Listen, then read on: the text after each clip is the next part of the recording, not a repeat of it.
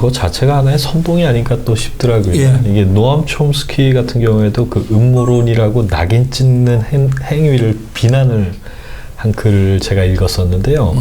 이게 그 음모론에 빠진 사람이라는 그 프레임 자체가 그 상당히 사실 그 어떤 사람에 대한 그 신뢰도나 이런 것들을 깎아내리기 때문에 사실 어떤 면에서는 또 전략적으로 그렇게 상대방을 음모론 낙인, 뭐 극우 낙인 뭐 이렇게 찍듯이 하고 있는 것 같은데, 뭐 의혹에 대한 해명을 요구하고 그리고 또 합리적인 검증권을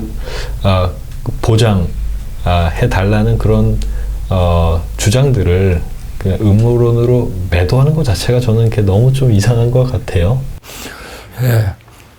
그리고 이번에는 그 확실한 증거가 있잖아요. 이번 선거에는 그 야당 제1야당 그 선거 책임자가 사전 투표에서 우리가 목표로 하는 것은 31.3%다. 아마 그랬죠. 31.3%다. 그 얘기를 했어요. 얼결에 한 거죠. 첫째, 선거를 치르는 사람은 투표율에 관심을 쓰는 것이 아닙니다. 그렇잖아요. 득표율에 관심을 쓰잖아요. 왜 투표가 많이 끊어졌거나 관계없잖아요. 사람들이 적게 나오면 우리가 유리하다. 많이 나오면 우리가 불리하다. 뭐 이런 정도의 얘기를 하는 것이지, 그걸 갖다가 투표율에 대해 갖고 수치를 제시한다는 건 이상하잖아요. 그 다음에 두 번째는 그저 사전 투표에만 신경을 쓴다 이거죠. 전체 투표율이 아니라. 안 그래도 말썽많은 사전 투표. 그 다음에 사전 투표를 한다고 해도 대개 뭐 30%, 40%, 뭐 이 정도죠. 뭐, 이게 70%, 10단위로 되게 끊잖아요. 근데 그걸 소수점 아래 한 단위까지 한다는 것은 그거 이상하잖아요. 그걸 뭐로 설명해요? 사전 투표를 통해 갖고 부정선을 하기로 결정했다.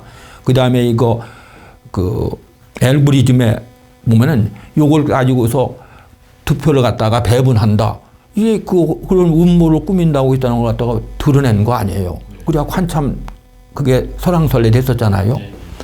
근데 막상 해보니까 31.8%인가? 30.3%였는데 31.28%인가로 돼가지고 정확하게 맞았어요. 수수점 한 자리까지. 세상에 그런 것이 어떻게 나와요? 그러게 말씀. 그러니까 그것은 누가 봐도 사전선거를 통해가고 부정선거가 있었다는 건데, 아까 제 얘기가 우리 제4부인 신문 방송이 모조리 예면했어요. 한 신문도 그걸 예견이 못했어요. 제가 어떤 데 기고를 했더니 못 시켰다고 그래요. 예, 그래서 우리는 제4부가 그렇게 외면할 뿐더러 외면하지 않으면 자기들에게 우회가 간다는 거 느낄 정도로 사회가 어지러워졌다 그런 얘기죠. 그것을 그 구두를 깨뜨리기 위해서 이제 윤 대통령께서 이제 이제 계엄을 이제 선포하셨는데, 이것을 사람들은 일종의 이제 정변으로 보죠. 쿠데타로. 근데 저는 쿠데타가 아니고 구두맹이라는 표현이 있죠. 강수. 일격의 적을 쓰러뜨리는 걸 강수로, 구드 그라스라고 합니다. 이제 같은 쿠데타가 아니라 구드 그라스인데, 구드맹인데, 구드맹은 손이라는 얘기니까 그 핸드 스트로크란 뜻이거든요.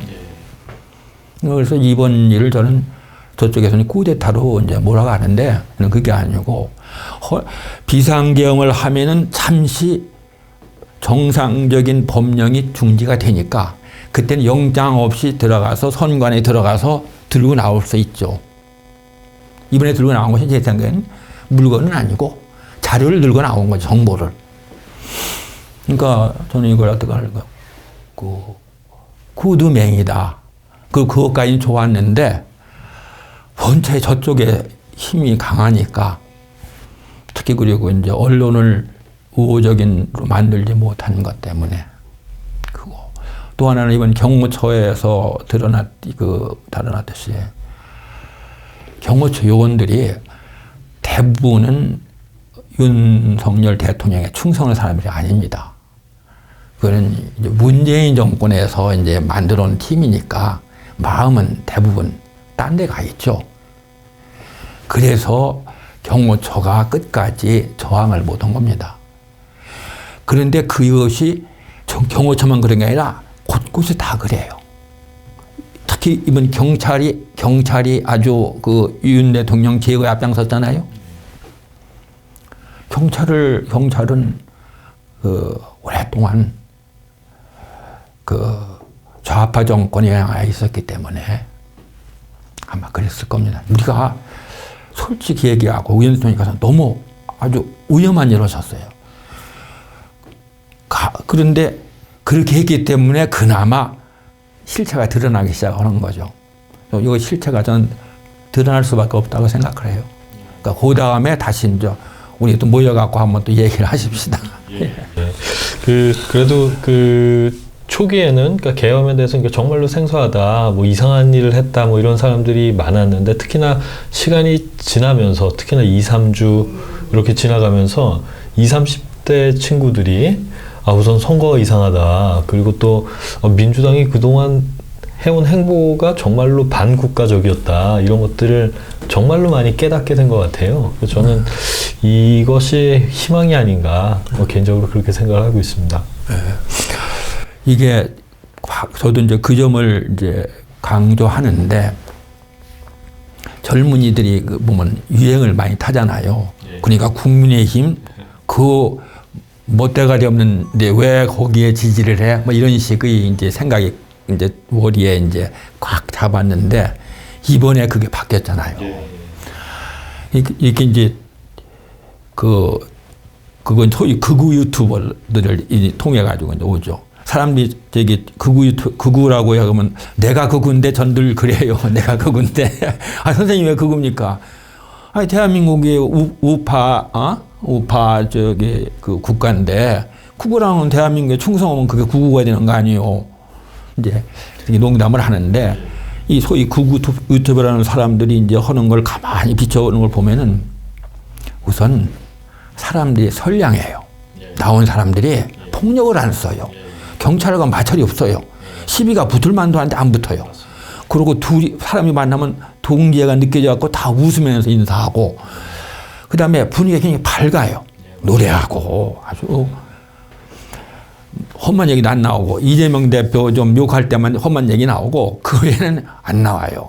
그러고 자기가 하는 것이 옳다는 확신이 있고 대비해가지고 저쪽에 그저 민노총 집회할 때 그걸 보니까 그쪽에서는 뭐 경찰 그 집회 자체가 이제 불법 집회 아니에요. 근데 거기다가 경찰 무전기를 뺏어갖고서 뭐 던졌다.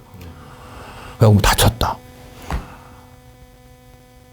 그게 아까 저기 해방 뒤에 그 좌우 대립할 때 그 양태가 드러나는 겁니다. 우파에는 한 번도 법을 어긴 적이 없어요. 좌파에서는 모든 법을 다 아주 어겼거든요. 그래갖고 이제 그것이 폭동으로 됐죠. 그래갖고 결국은 거기서부터 그 제주도 4.3 사건이 나까지 나온 거거든요. 그러니까 이게 지금 우리 우파의 그 선량한 마음이 자유민주를 따르는 사람들이 따뜻한 마음이 표출된 게 그거예요. 아주 제가 이번 그 1년에 그 한 달 보름 동안에 느낀 것 중에서 가장 그 인상적인 것은 이 장면이에요. 좌파 편향된 시사 텔레비전 방송국에서 여자 아나운서 리포터가 나와서 이제 방송을 했어요. 끝나고서 이제 마이크를 내리니까 옆에 있던 그 어르신 한 분이 그랬어요. 방송이 이제 끝났으니까 하는 얘기인데 여기는 탄핵 찬성 집회가 아니라 탄핵 반대 집회입니다. 그러니까 그 방송에서 저쪽은 그리고 선만이가 저쪽은 한 10대 명 모였습니다. 이게 그러니까 10대 명밖에 안 모인 그쪽 가서 방송을 하려고 하니까 그림이 안 나오잖아요. 그러니까 여기 와가지고서 여기 이제 찬성 집회라고 해놓고서 가려고 했던 거예요. 여기 사진을. 그러니까 여기서 그 보던 사람들이 방송이 끝나기를 기다린 거예요. 무슨 소리 하고 뺏은 게 아니라 그 언론의 자유 그것을 존중해서 기다린 거예요. 기다리고 나서 이제서 이제 끝났으니까 내가 얘기하겠다. 여기는 탄핵 반대 집회다 온 거예요. 이게 바로 민주시민의 덕성이라 그 얘기죠. 민노총 같은 사람은 죽었다 깨내도 못하는 그러한 덕성이죠. 저는 그래서 이번 일이 그와 같이 사람들이 선량한 그 기운을 분출시키는 마당이 된 것이 그렇게도 밝아요. 우리나라 앞날이 밝다는 걸 새삼 느꼈어요. 저도 그 탄핵 뭐 오늘 그 뭐 공수처의 무리한 그 집행으로 뭐 좀 안타까운 상황이 되긴 했지만 제가 그저께 현장에서 밤을 샜습니다. 밤을 샜는데 그 집회 분위기만 보면요 완전히 저희가 압도합니다. 거기 뭐 민노총은 뭐 한 20-30명 수준이고 현장에서 밤을 새는 인원들만 저희 쪽은 그 한 300-400명, 뭐 400-500명 정도 이렇게 버스만 한 10대 넘게 이렇게 있고 하니까요. 그래서 그 분위기는 사실 완전히 압도하고 그리고 오히려 청년 그 10시가 넘어가면 청년들이 훨씬 많습니다. 그렇죠. 그리고 청년들이 완전히 밤을 새면서 집회를 합니다. 그래서 저는 그 모습을 보면서 정말 많이 변했구나. 특히나 저 같은 경우에는 박근혜 대통령 탄핵 사태를 보면서 이거 정말 나라가 위험하다. 그러니까 좌파의 거짓 선동에 뒤집어 엎어질 수도 있겠다라는 위기감에 목소리 내기 시작했는데 그때부터 지금까지 사실은 집회에 나가면은 집회 분위기가 항상 이렇게 비장해요. 비장하고 결연한 그러니까 그런 분위기였는데 물론 그 기본적으로 이렇게 그런 분위기가 있긴 하지만 이번에는 청년들이 많이 나오고 그리고 또 후원하시는 분들이 음식도 많이 대접하시고 그러니까 집회 분위기 자체가 너무 밝더라고요. 네, 밝아요. 너무 밝고 약간 축제하는 느낌도 나고 그랬는데 어떻게 보면은 그 바닥 민심은 이미 그러니까 변화가 시작된 게 아닌가 그러니까 이런 생각이 들었고 그리고 또 말씀 주셨지만 청년들이 희망인데 청년들이 이렇게 각성하고 변화하기 시작된 거. 저는 오히려 그 언론 진실을 보도하지 않는 언론의 민낯 그리고 또 사실상 전체주의적인 흐름으로 흘러가고 있는 민주당, 더불어민주당 어떤 분들은 이 더불어를 이렇게 공이라고 해서 대한민국의 공산당이라고 하시더라고요. 사실상 지금 그렇게 흘러가고 있는데 이런 실상을 많이 청년들이 깨닫다는 것 자체가 희망이 아닌가 뭐 이런 생각이 들었습니다. 제가 군 복무를 마치고서 이제 복직을 한 것이 1969년이에요. 근데 그때 우드스톡 축제가 일었어요. 그러니까 처음으로 이제 이 히피 세대가 모습을 드러낸 거죠. 이제 그때 보면은 그 우드스톡 농장에서 이제 벌어진 축제인데 그걸 저는 이제 타임지를 통해서 이제 복원하는 거예요. 또 같은 세대라서 공감이 이제 갔거든요. 그때의 분위기, 그러니까 우드스톡과 비슷해요. 우리 저기 그 이번에 한남 전선에서 벌어진 그 축제가 모임이 축제다. 이제 분위기가 다 그렇게 와요.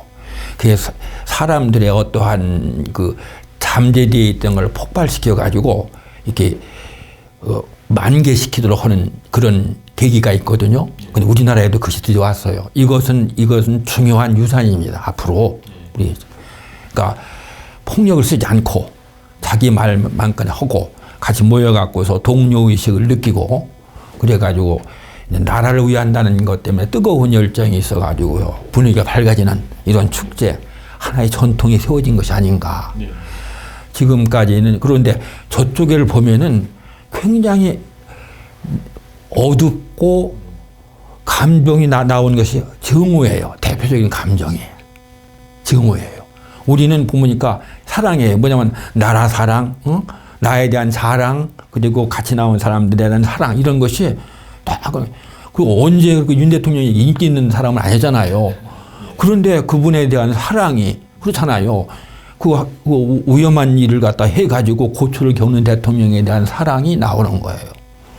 저는 이번 일이 굉장히 사회학적으로 아주 정치적으로만 아니라 사회적으로도 굉장히 중요하고 이게 앞으로 젊은이들이 생각에 큰 영향을 미쳐가지고 우리나라 앞날을 밝게 할 것 같다는 생각이 들었어요. 예.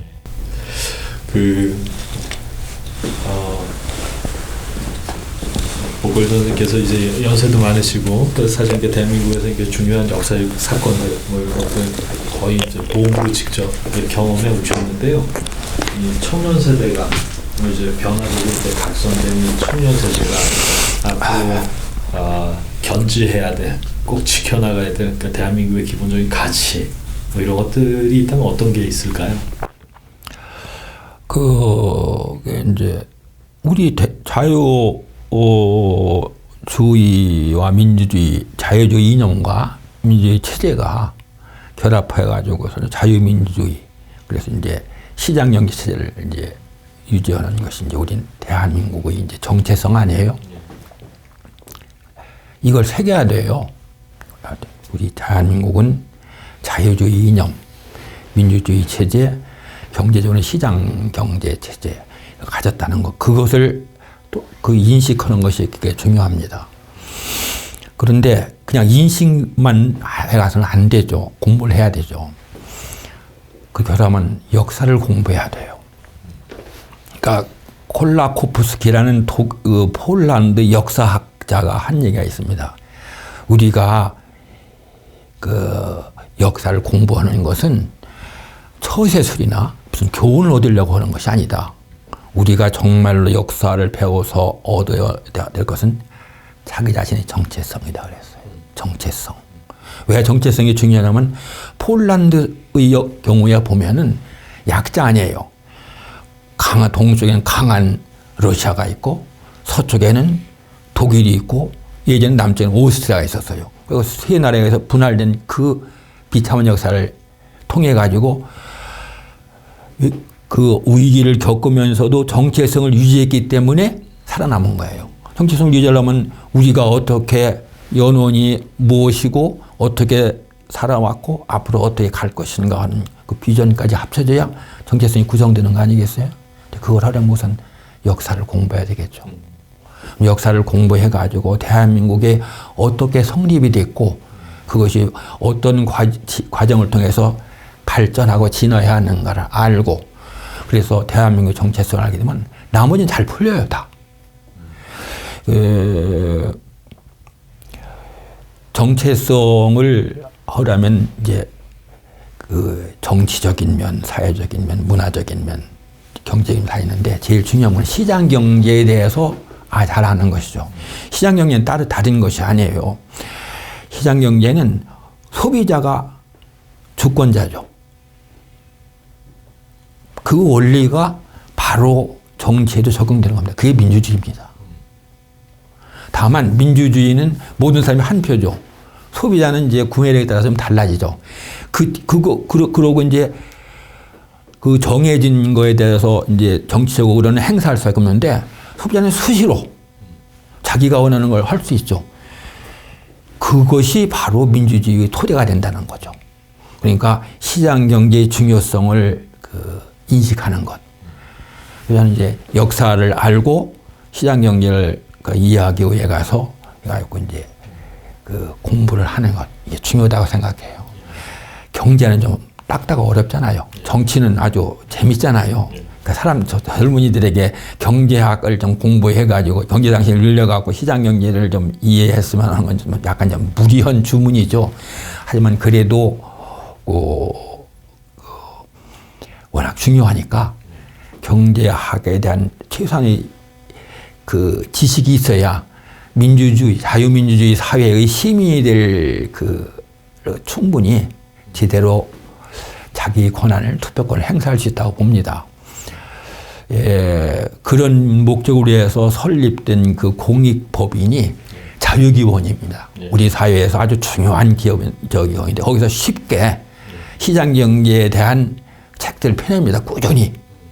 그리고 외국에 있는 그서 여러 이제 중요한 연구기관에서 나온 자료들을 쉽게 이제 번역해 갖고 해요. 그러니까 트루스 포럼이 이제 역할이 큰데 거기서 좀 그와 같은 것, 그 자유기관에서 나온 여러 가지 그 아주 쉬운 책, 저도 책 많이 냈습니다 거기서. 그걸 좀 퍼뜨렸으면 실질적으로 도움이 됩니다.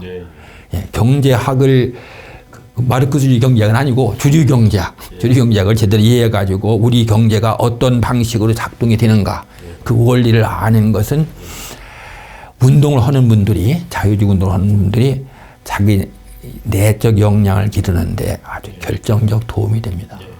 앞으로 좀 기대가 예, 큽니다. 예. 우선은 그 청년들에게 그 자유민주주의, 자유시장 경제가 얼마나 중요한지 깊이 있게 깨닫고 그리고 또 두 번째로 역사를 통해서 정체성을 명확하게 하는 게 중요하다. 아주 중요한 말씀 해준 것 같습니다. 그